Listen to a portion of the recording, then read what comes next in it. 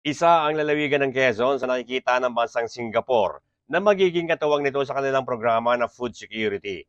Ayon kay Singapore Ambassador to the Philippines, Constancy, na naging panauhin ng lalawigan ng Quezon sa pag-aalay ng bulaklak sa bantayog ni dating Pangulong Manuel Luis Quezon.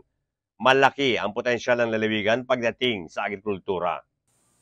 As Singapore continues to seek ways to expand and diversify its food supply, we have set an ambitious 30 by 30 goal.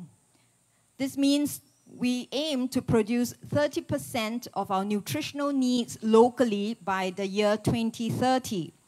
This is an area where we see great potential for collaboration with Quezon Province, a region known for its agricultural productivity and rich natural resources.